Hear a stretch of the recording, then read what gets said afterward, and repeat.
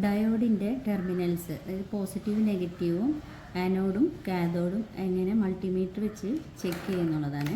ഇത് ഡയോഡ് ഗുഡാണോ ബാഡാണോ എന്നും ചെക്ക് ചെയ്യാം.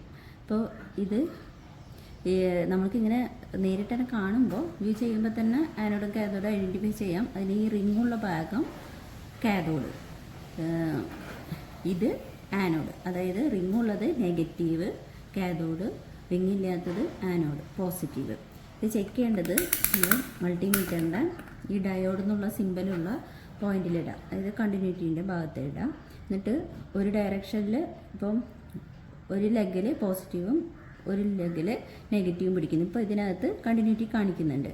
തിരിച്ച് പിടിക്കുമ്പോൾ ഈ ഡയറക്ഷനിലാണെങ്കിൽ കണ്ടിന്യൂറ്റി കാണിക്കുന്നില്ല. ഇത് ഒരു ഡയറക്ഷനിൽ ഫോർവേഡ് ബയസിങ് ആയിരിക്കും, ഈ ഡയറക്ഷനിൽ റിവേഴ്സ് ബയസിങ് ആകും. ഇങ്ങനെയാണെങ്കിൽ ഈ ഡയോഡ് ഗുഡാണ്. പിന്നെ ഇതിൻ്റെ ലെഗ് ഐഡൻറ്റിഫൈ ചെയ്യുന്നത് ഫോർവേഡ് ബയാസിങ് കാണിക്കുന്ന സമയത്ത് പോസിറ്റീവ് പ്രോബ് പിടിച്ചത് പോസിറ്റീവ് ലീഡ്, അതായത് ആനോഡ്, നെഗറ്റീവ് പിടിച്ചത് കാഥോഡ്.